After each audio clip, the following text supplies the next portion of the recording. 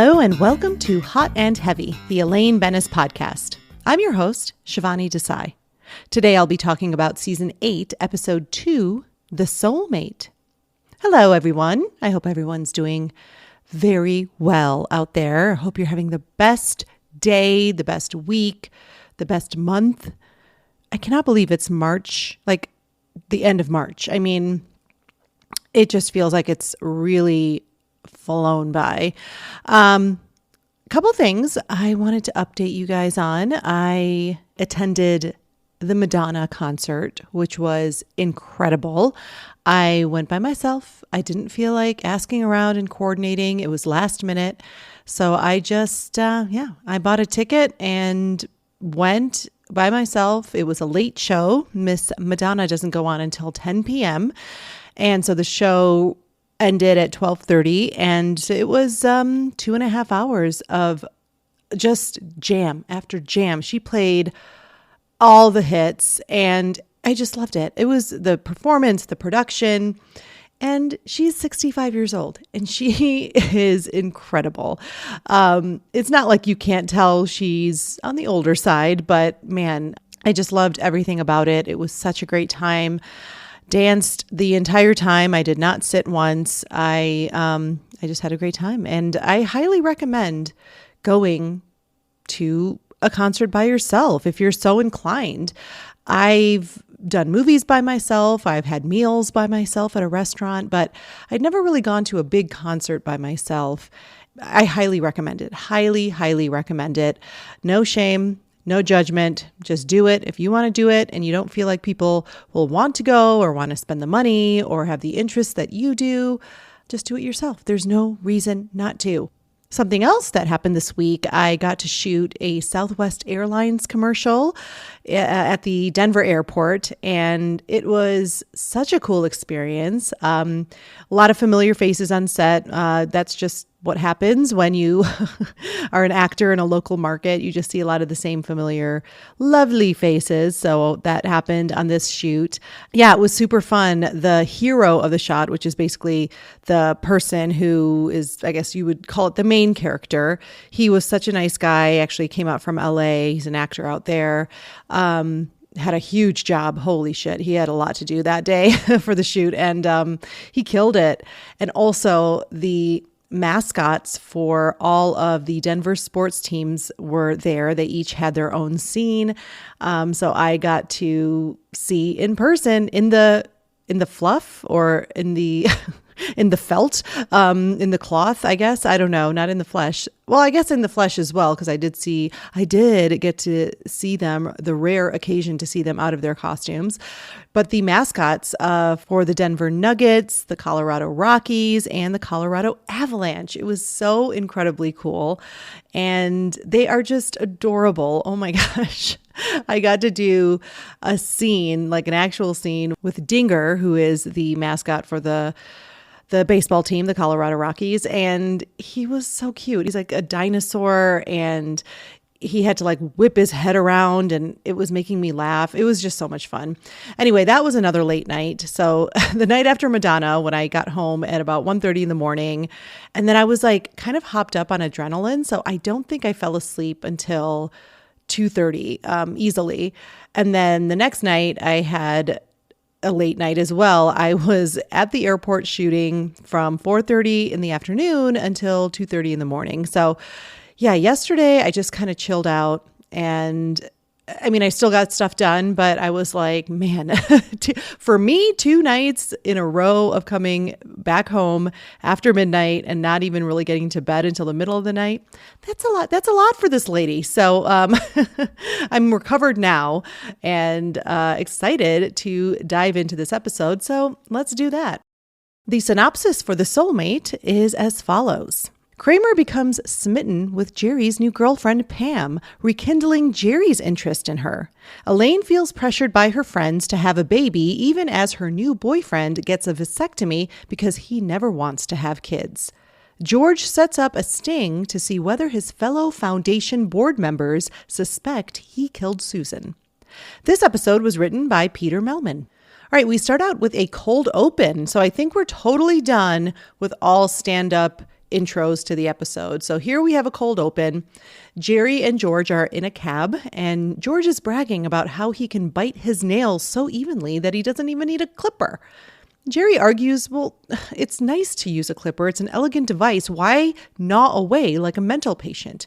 Yeah, but what if you're in prison? Oh, you don't think they give you clippers? No, it's like a weapon. And Jerry says, well, what about that big toe? That's like a weapon. You could grow it out and take it into the shower. It's like a shiv. George sort of wistfully says, I love prison. It is fascinating, Jerry admits. Maybe someday. Foreshadowing, perhaps? All right, next we are at the foundation. George is sort of panicked. He's like, you want me to find a poem for Susan? May she rest in peace. And Wick thinks it would be a nice touch for the foundation literature. And he asks George if he has a favorite poet. Of course, George lies through his teeth and his fists and says, he likes Flavin. Wick says, he should be the one to choose the poem since he knew Susan best at the time of her unfortunate accident. George looks over at Wick curiously. Next, we're at Monk's. George and Jerry are at a booth, and George is telling Jerry about Wick's comment, more specifically the throat clear. And he explains that a throat clear is a nonverbal implication of doubt. He thinks I killed Susan. Oh, help me, Rhonda, Jerry says. What time is it? It's 1:50. Right now? Such a weird aside, but I love it. And Jerry's like, I have to go meet Pam. Oh, yeah, the bookstore girl. George asks how it's going. He says, fine. I'm just not gaga over her. For once, Jerry says he'd like to be gaga. George asks Jerry where Elaine is. Jerry says she's having Carol, Gail, and Lisa over. They all have kids now. George just can't help it. What's with all these people having kids? Perpetuation of the species. Yeah, right. I think Jerry's just saying a fact, but George interprets it as a burn. It's really funny. On their way out, Jerry pauses to ask, by the way, just for the record, and George knows where this is going. No, I did not. This reminds me of, for all of you Few Good Men fans, when Kiefer Sutherland is on the stand and they keep asking if he ordered the code red, and he says it just like that. No, I did not. All right, next we're in Elaine's apartment. Elaine is with the ladies, and Carol is in the middle of explaining about how because it comes out of your baby, it smells good. Elaine's like, oh, that's sweet. She's clearly annoyed. The other friend, Lisa, says how being a mother has made her feel so beautiful. And Carol says, Elaine, you gotta have a baby. Elaine tries to just change the subject to a piece of whitefish she had at Barney Greengrass. Well, Gail interrupts and says, Elaine, move to Long Island and have a baby already. Elaine says, I really like the city. The city's a toilet, Carol says. And Carol asks when the last time was she saw Adam. Oh, it was in the Hamptons, Elaine says. Oh, I have pictures. Oh, no, that's okay. Elaine's trying not to look at this kid because, let me remind you, he was the ugly baby. But Carol busts out the pictures. Look at him. Just look at him. And Elaine is looking and trying not to vomit. There are a couple actresses in this scene who are appearing for the first time. Lisa is played by Jill Holden, and she has also appeared in Pretty Little Liars and Grey's Anatomy. She has a lot of credits under her name, in fact. And I like how she delivers this line, like she's about to cry. It's made me feel so beautiful. The other friend, Gail, is played by Jill Talley. So we got two Jills here, Jill Holden and Jill Talley. Jill Talley is an accomplished voice actor and has lent her voice to hundreds of animated characters. I mean, her IMDb credit list is so long. But most notably, she plays Karen on SpongeBob SquarePants. And she's also married to Tom Kenny, who voices SpongeBob himself. And I think she's great as well. That annoying, condescending tone of a friend. I mean, it's done really well. These women just have one line each, but I think both of them do a really good job delivering them just perfectly. All right, my take on the scene. Now, remember, Elaine realizes that she has no female friends left last season. She mentions that. So I feel like this little get-together is her attempt at rekindling some of those female friendships. And she quickly realizes how much she doesn't enjoy their company. I think it definitely backfires. While I just praised those ladies, those actresses, for how they delivered their lines, I have to admit, this scene bugs me. So the line about moving to Long Island and having a baby already, like, how? As if it's just that easy. Like moving to Long Island and buying a sweater. Like what? And it just makes no sense. Like it's not like Elaine's married or has a serious boyfriend and she has the option to just get pregnant. Like the line just bugs me. And I know what they were going for, but I feel like this scene, it's just lazily written and obviously not written by a woman. Sorry, Peter Melman, but very clear it's not written by a woman. This is not how women insult each other. It would be more passive aggressive. There would be one-upping. They would be making degrading comments about Elaine's lifestyle, not just have a baby, Elaine. Like that's not how it works. It bugs me. I wish if Carol Leifer was writing this scene, I could see her making it so much more grounded and realistic and funnier. In turn, that would just make it funnier. It's just lazy writing by, I'm sorry, a male writer who doesn't know how women really speak to each other. Now, on the positive side, I do like how Carol says, the city's a toilet. It always makes me laugh. And then the reaction to the ugly baby is always funny. It's over the top, but it's funny. It just seems like this Adam kid keeps getting uglier and uglier. All right, next we are on the street. Jerry and George are walking, and Jerry starts telling the Elaine story about the whitefish. And George interrupts and asks, do you think I'm wrong about this wick stuff, like the suspicions he has? And Jerry suggests that George try the old Jerry Lewis trick if he really wants to know. And he explains to George how Jerry Lewis would purposely leave a briefcase and a recorder in it when he left a meeting. And after 5 minutes, he'd come back to get the briefcase and see what everyone said about him. That's pretty paranoid, George says. Yes, it is. I like it. I thought you might. All right, next we're in Jerry's apartment. Kramer's just hanging out in Jerry's apartment alone when Pam arrives. And Kramer is just paralyzed by her presence. She greets him and introduces herself. You must be Kramer. She tells him that Jerry has told her so much about him. Kramer just smiles all goofy. She goes on, she's supposed to meet Jerry, it's her day off, and that she works in a bookstore. Kramer mouths, books, since he cannot speak. Then he knocks over the fruit bowl. He's just all kinds of awkward, super nervous Kramer. Jerry rushes in and apologizes for being late. No problem. Kramer let me in, she says. And he says, if we hurry, we can still make the movie. And Pam puts her hand on Kramer's hands and tells him, it was really nice meeting you. And she and Jerry exit. Kramer smells his hand where Pam touched him and is overcome with delight. The only sound he makes in the scene is, ah. The actress here is Kim Myers. She plays Pam, and she's also appeared in The Pretender, Nightmare on Elm Street 2, 6 Feet Under, a lot of other credits. And I really like her. First of all, she reminds me of Meryl Streep. I had to look it up. I didn't do it for this episode because I already knew the answer, but I know I've looked it up before. Because I'm like, she has to be Meryl Streep's sister or daughter. I don't know, but she looks so much like her. I can't believe, in fact, that she hasn't been cast as like Meryl Streep's sister in something. But I was also thinking maybe that's why Jerry isn't gaga over her at first. I mean, we all remember his opinion about Meryl. She's a phony baloney. I think we all know that. Now, she's not necessarily funny as Pam. Kim doesn't get a lot of comedy in this episode, but her portrayal is great. And it definitely lends itself to being so dreamy to Kramer. That's for sure. It's great casting. I believe that she's attractive enough for Jerry to date and that Kramer would fall head over heels. Like she's got the presence of like an overlap between Jerry and Kramer's tastes. So once again, really great casting, and I really enjoyed her performance. All right, next we are in Newman's apartment. Kramer is talking to Newman and he says he's in trouble. He just met a woman. Go on. It's Jerry's girlfriend. Ah, yes, forbidden love. He tells Newman her name and that she works in a bookshop. Well, I don't know the woman, but she sounds quite fetching. And Kramer says that he can't even speak around her. Newman gets upset. Well, what could she see in Jerry? And that her delicate beauty is wasted on him. And yet, he's my friend, Kramer says. And therein lies the tragedy.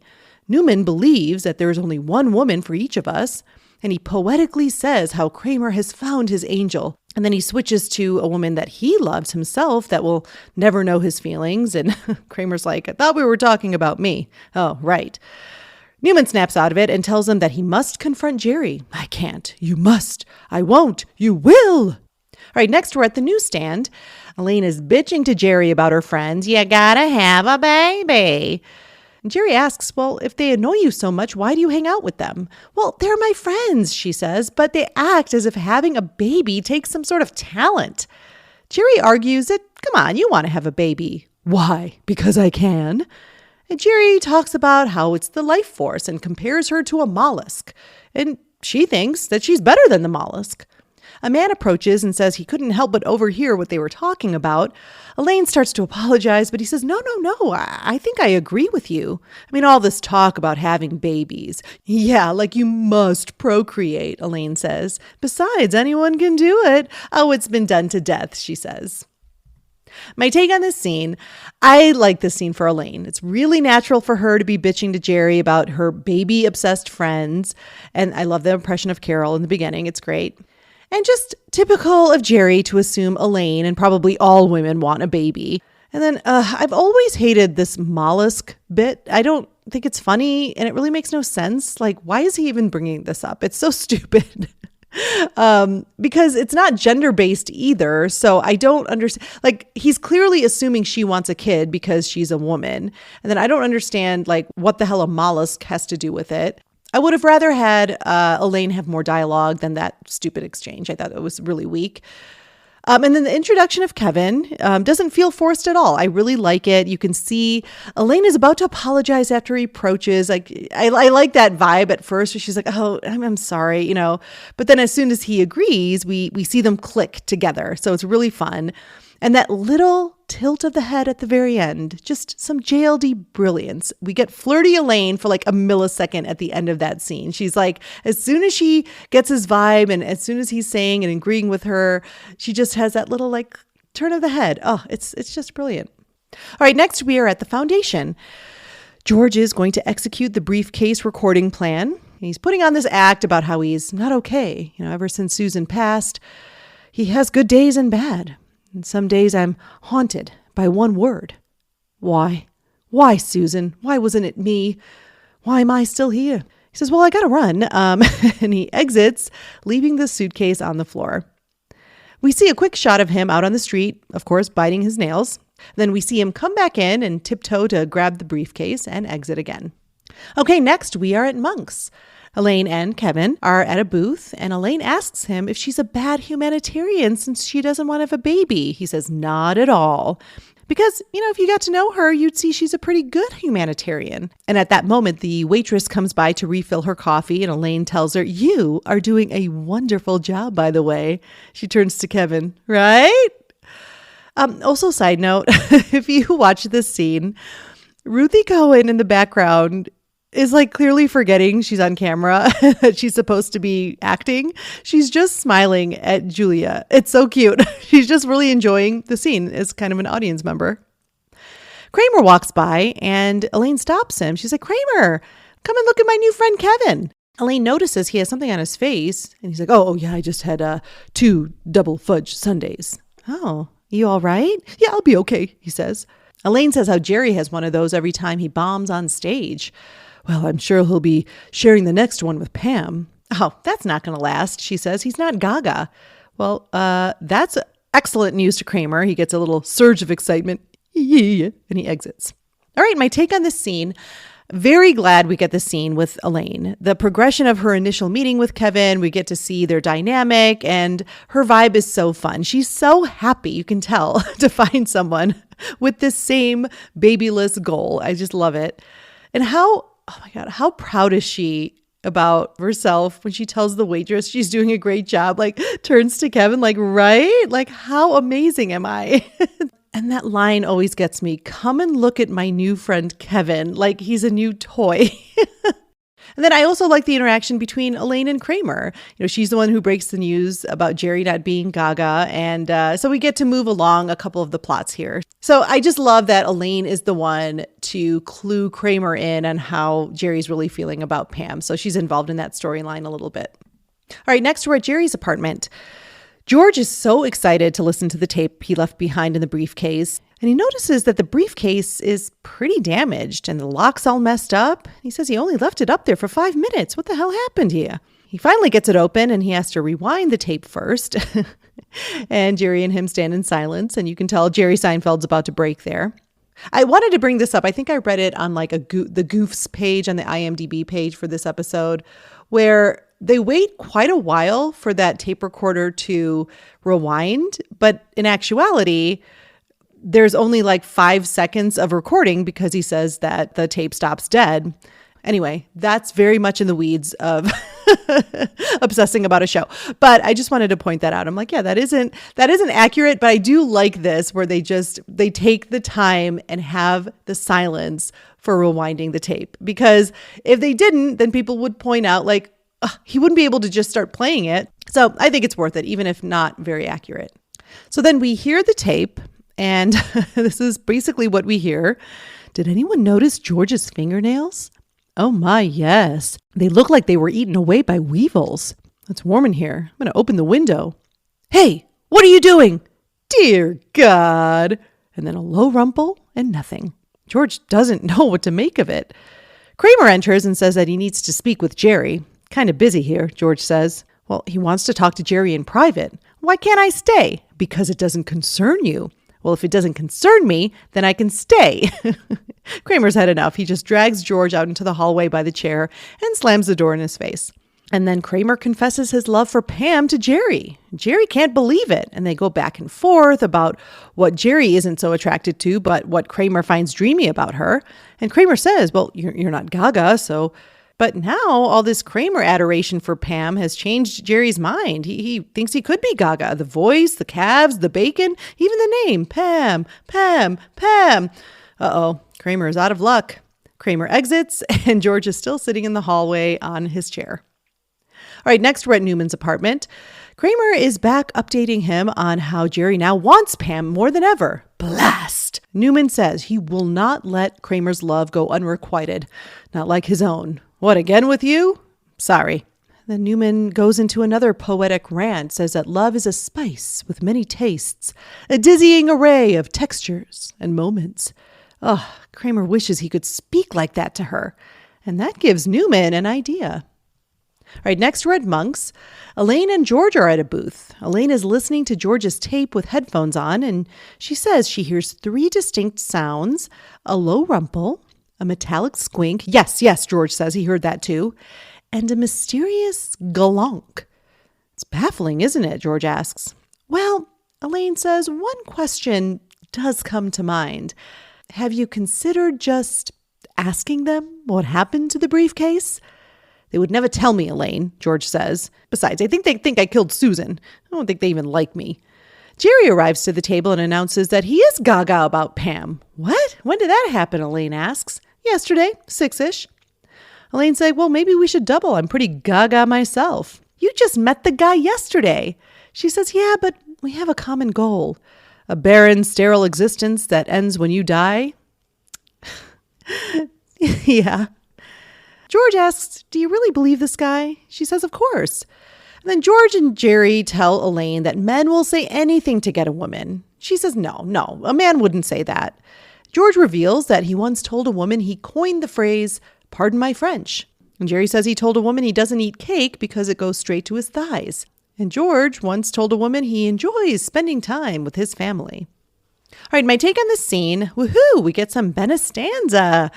I like how Elaine is so into this. Like she's honestly trying to dissect what she's hearing on that tape and describing it like so well, so detailed. I like that she's very invested to help George. But then we get that bit of sass, like, did you ever think just asking?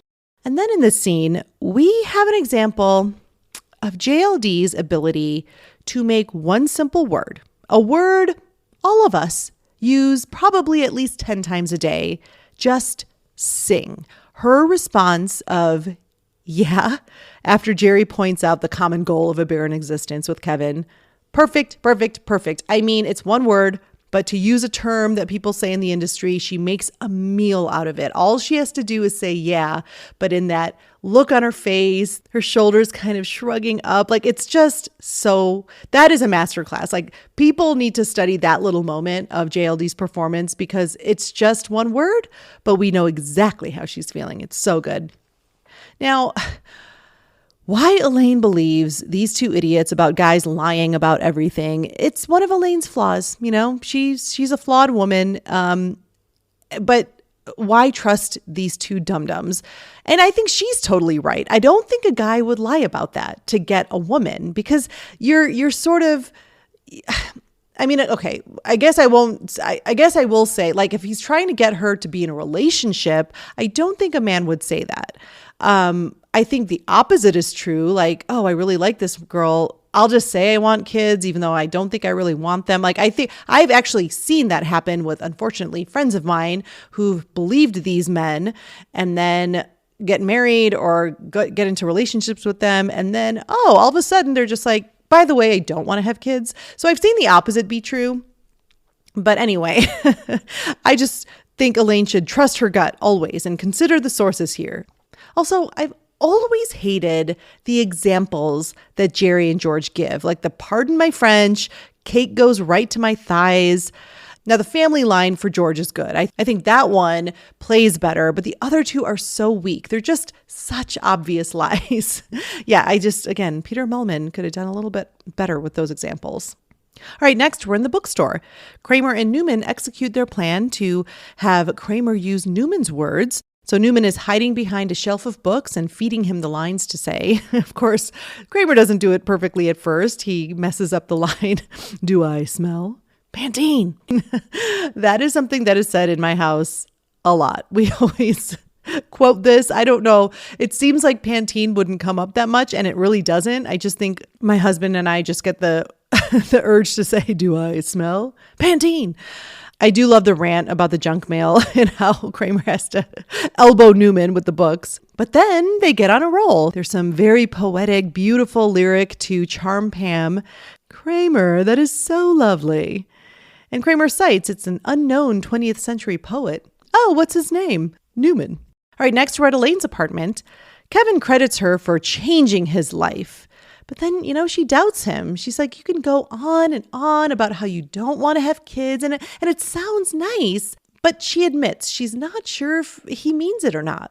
"I got a vasectomy this morning," she says, although I have a hunch you mean it. My take on this scene, short scene, but moving the story along. And good for Elaine, I have to say. She's confronting Kevin after the idiots Jerry and George put that doubt in her head. She's dealing with the doubt. The doubt must be dealt with.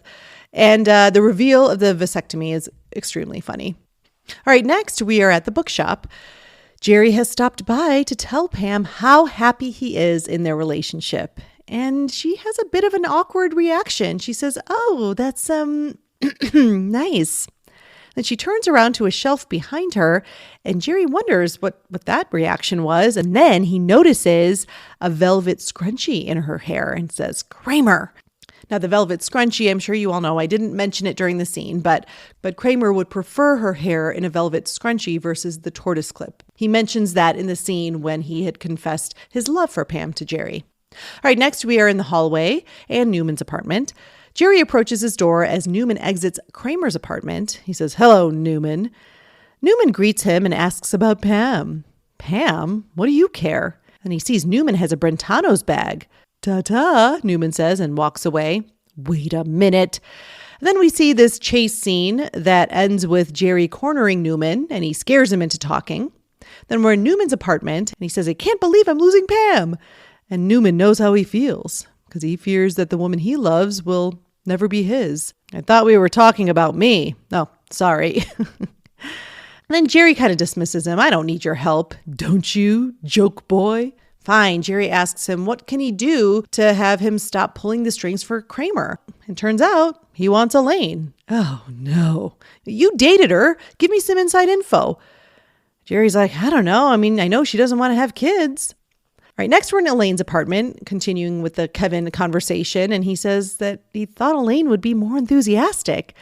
And she tries to convince him, "No, I am. I don't want kids."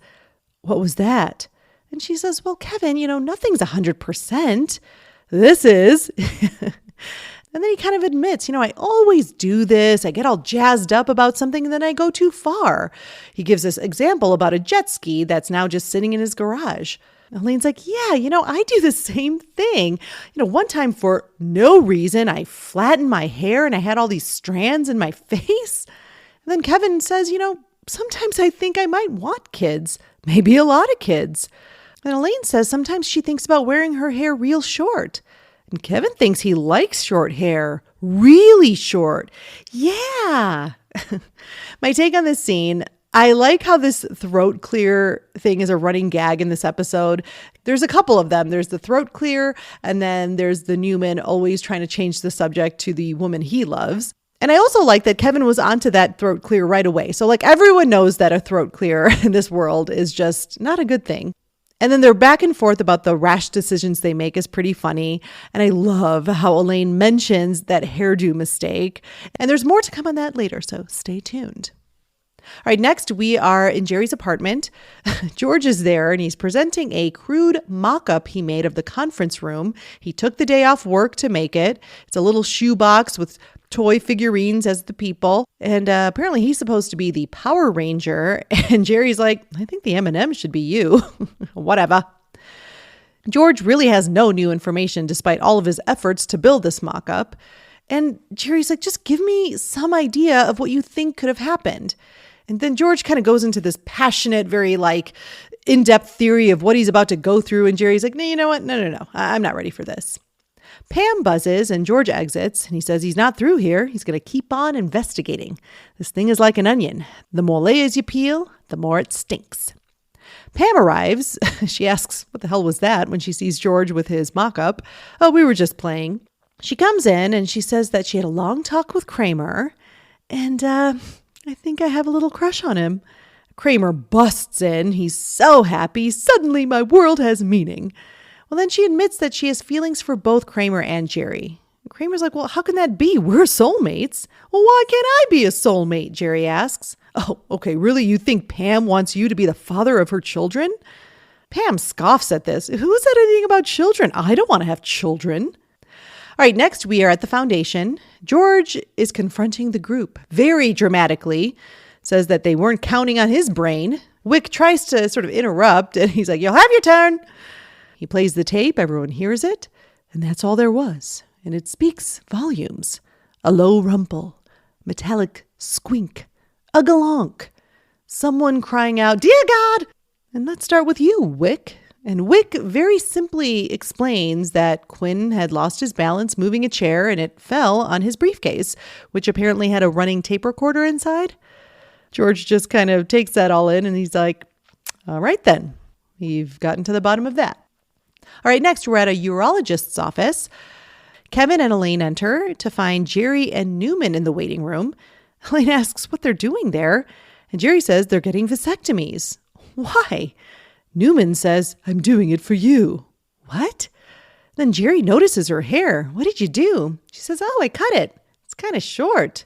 You think? Kevin asks. Jerry asks what they're doing there, and Elaine says, well, Kevin's having his vasectomy reversed. Reversed? And then Kramer walks out of the doctor's room in pain and walking funny. That really spooks Jerry and Newman, so they run out. There's a tag to the episode. George is reading a Newman poem for the group to be Susan's poem. Is that a Keats? No, it's a Newman. And then George has to run and he exits. After he's gone, Wick asks the group, does anyone think George might have murdered Susan? Oh yeah, a man says, I just assumed he murdered her. And this woman says, of course he killed her. So it's not just me then. All right, back to business. The actress in this scene is Rendy Ray Norman. She plays the woman here, whose name is Mrs. Baines, or Miss Baines, I should say. She's appeared in Star Trek The Next Generation, Days of Our Lives, Desperate Housewives. And I think she's really funny in this scene. I love her dismissive accusation. She's like, oh yeah, he killed her. Just that no-nonsense, fancy corporate woman. I thought she did a really great job. Unfortunately, she passed away in 2020. My take on the scene with Elaine's portion, I remember seeing this in 1996 and being horrified by Elaine's hair, probably more than I should have been. This was like my Felicity moment. Since I didn't watch Felicity, Elaine with boy short hair, it was traumatizing. I was like, what is this? Please tell me that this is not the go forward hairdo for Elaine. But yeah, I think it's a funny scene. It's silly and funny. Nothing else to say. Just kind of resolves all of these dumb men doing stuff for women. Okay, I'm going to take a quick break and I will see you on the other side. Hey, sweetie. You doing okay? Are you sure? Really sure? Yeah, that's what I thought. Hi, I'm Rhonda, your favorite aunt, your trusty coworker, your favorite regular at the Old People's Corner at Panera. After being on this earth for 65 years, I've learned a thing or two about life, and so I decided to start a hotline for all of you to get some sage advice from an old lady like me. I call it Oh Help Me Rhonda Hotline, a hotline that you can call for some no-nonsense, tell it like it is advice. I was having problems with my boyfriend. I caught him lying to me a couple of times, and there were a lot of trust issues. For example, he told me he never wanted kids because I don't want kids. But then I'd catch him on websites looking at babies. So I called the Oh Help Me Rhonda hotline and spoke to Rhonda. Her advice changed my life. She said, and I quote, "He's garbage, complete garbage. Throw him away like your empty Panera cup after downing a charged lemonade." And well, I did. Now I am free of all that stress. Thank you, Rhonda. If you're going through it, hon, call the Oh Help Me Rhonda hotline at 555 Bread Bowl or my second line at 555 You Pick 2. I will always answer, no matter if I'm in a booth at Panera or in my car on the way to Panera. Your well-being is my number one priority. And for a limited time, every 50th caller will receive a $100 gift card to Panda Express. Oh, help me, Rhonda hotline, because your life should be as satisfying as the Panera menu, complete with some limited seasonal items. Let me help you find the autumn squash soup of your journey. And we're back. There were only notes about nothing for this episode on the DVD, and so there were a few things I wanted to bring up. I just thought this was great. I know I've dogged Mr. Peter Melman a little bit about his writing in this episode, but I really loved the scene description from the script when Pam meets Kramer. So this is what it says in the script. He says, Kramer is thunderstruck. He struggles to speak in her presence, every line caught in his throat. Pam's lips, hands, neck. He is speechless. I just thought that was sweet. If any of you are screenwriters like me, I thought you would appreciate that as well. All right, so I wanted to point out a couple of what I think are blatant errors in the notes about nothing. The line, she can bring home the bacon and fry it in the pan. In the notes about nothing, it says it's a reference to commercials for Pam cooking spray, which is totally wrong because in the IMDb page, it said that that line is a reference to the Enjoli perfume ad from 1978. So what do? Of course, I look up that ad because I was very curious. So I searched it up and let me play you the audio from this ad. I can put the wash on the line, feed the kids, get dressed, pass out the kisses, and get to work by 5 and 9. 'Cause I'm a woman, Enjoli. You heard Enjoli, the 8-hour perfume for the 24-hour woman. I can bring home the bacon, Enjoli. Fry it up in a pan, and never, never, never let you forget your man. 'Cause I'm a woman. Enjoli, the 8-hour perfume for your 24-hour woman. Okay, so as you hear, it is like word for word, I can bring home the bacon and fry it up in a pan. So it's totally not about the Pam cooking spray. And if you watch the ad, it's very interesting. It's just about like this modern woman, this Enjoli perfume is just going to stick with her through all the different roles she plays. That line about after the cooking it up in the pan, I'm never, never, never going to let you forget you're a man. So they show her in like lingerie. It's like, all right. She wakes up, she does the cooking, she goes to work, and then she comes home and she can still fuck her husband. It's so, oh my God, I don't know. The ad itself was just such a time capsule of that. I don't know, that time, that messaging. It's like, hey, don't be afraid of this independent woman. She's still going to take care of her man. Anyway, I could go on and on about that whole thing, but I shall digress. And the notes about nothing, had no idea what I was talking about. Another note was something I thought was totally wrong. So when Elaine says how she flattened her hair and she had all these strands in her face, the notes about nothing says that refers to her hairstyle worn in the third and fourth seasons. Now, in the third and fourth seasons, she still had her curly, frizzy wall of hair hairstyle. So I'm like, what the hell are they talking about? There's no flattened hair with strands in her face. That happened last season at the end of season 7 when Jerry says that you look like Brenda Starr. Now, I have no proof like an Anjali commercial, but I know she's talking about the Brenda Starr hairstyle when, she and Jerry are trying to get Beth and David after they break up and all that stuff. So that's the hairstyle they're talking about, I believe, in this episode. But I would also be interested in hearing what you guys think. Which hairstyle do you think she's talking about?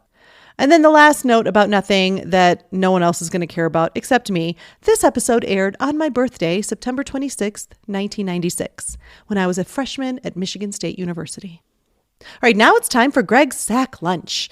Greg is our most dedicated contributor, and every week he sends a sack just chock full of his thoughts about the episode. First in Greg's sack, I find his overall thoughts. He says, "This is another episode that I sort of forget about because nothing monumental or memorable really happens except for maybe George planting a tape recorder in the meeting after he leaves. I like Elaine's story here with her new guy, though, and as a childless man in my 40s, I agree with her stance at the beginning of this episode. Having kids? It's been done to death." It was so fun to watch this one because I hadn't seen it in a long time. Yeah, I do. I love that Elaine has this stance as well. I love that it's just this point of view. It's nothing, it's not a lot of what you would see women expressing at this time on television, on a network sitcom. Usually every woman has baby fever and the biological clock and all that crap. But I think it's refreshing that Elaine's like, no, I don't want to have kids. Why? Because I can. It's been done to death. I didn't put this in my final notes, even though I thought about it, but I guess I'm going to say it now. I don't love that she has some doubt at the end, with Kevin. I don't love that she's like, well, of course I have some doubt. Nothing's 100%. I mean, I think it's a very mature and logical way to think about it. Like, instead of just shutting the door completely, I think in life you have to be a little bit open to things and whatever, especially if the reasoning for something that you don't want to do is based in fear or is based in something that is irrational. I think it's important to have an open mind. But yeah, I just wish that they didn't soften it at all for her. Maybe Kevin could have come to the conclusion himself that, like, well, maybe I should reverse my vasectomy. I don't know. All right, moving on to Greg's favorite scenes and Elaine moments. He says, "I love the moments where Elaine sees her friend's baby either in person or, in this case, in a photo, and she gets visibly disturbed. I feel like I gotta see the baby just to get a look at this monstrosity. Her near vomit acting is fantastic." Oh my God, totally. That's why I forgive it. Like, it's over the top. No one's gonna vomit at the sight of an ugly baby, but it's still hilarious. And JLD pulls it off really well. Like, I mean, the way she's got to like completely turn her face, she has her hand over her mouth. It's so funny. And yeah, I'm curious too, like, how ugly is this baby? Next, Greg says, "I also love the scene on the street where Elaine meets Kevin after her conversation with Jerry about the mollusks. She shifts into flirty Elaine, even if just for a quick moment. I love that side of her." Yes. Oh my gosh. It's just, like I said, it's just a millisecond. It's very, very brief at the end of the scene, but we see it. We see it in full force. All right, next in Greg's sack is his scene swap idea. He says, "Nothing in this episode is really superb, and while all the plot lines are fine and intertwined somewhat as well, I'd have just wanted a bit more of Elaine in either Jerry's story or George's. She's a bit of a sounding board for both here and there, but I just have liked more crossover, especially with George. Her listening to his tape recording had the potential to be much bigger and better, but it's cut off quickly so that Jerry could talk about being Gaga. I long for more Team Benestanza." Totally, yeah. The Benestanza moment was a little bit of a tease, because we were kind of getting into a snarky conversation. Because, as I said, I love that she's very seriously listening to this and giving him feedback, but then also sassing him up, going like, just ask him, you dumbass. But yeah, we get interrupted by Jerry talking about Pam. And finally are Greg's extra thoughts. He says, I like when Newman and Kramer do the classic sitcom trope of Cyrano de Bergerac, where one person whispers to someone else what to say. Do I smell? Pantene cracked me up. Oh my God, I know. I think it's like one of those lines all Seinfeld fans love. Do I smell?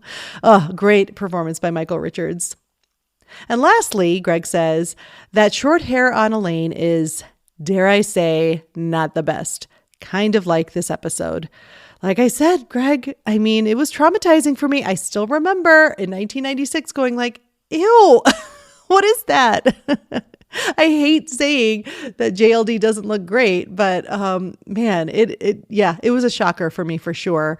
And it's so funny because for all you fans of Veep, this is probably triggering you for when Selena cuts her hair like boy short and she loves it. And everyone on her team behind her back is like, what is that? She looks like a beetle.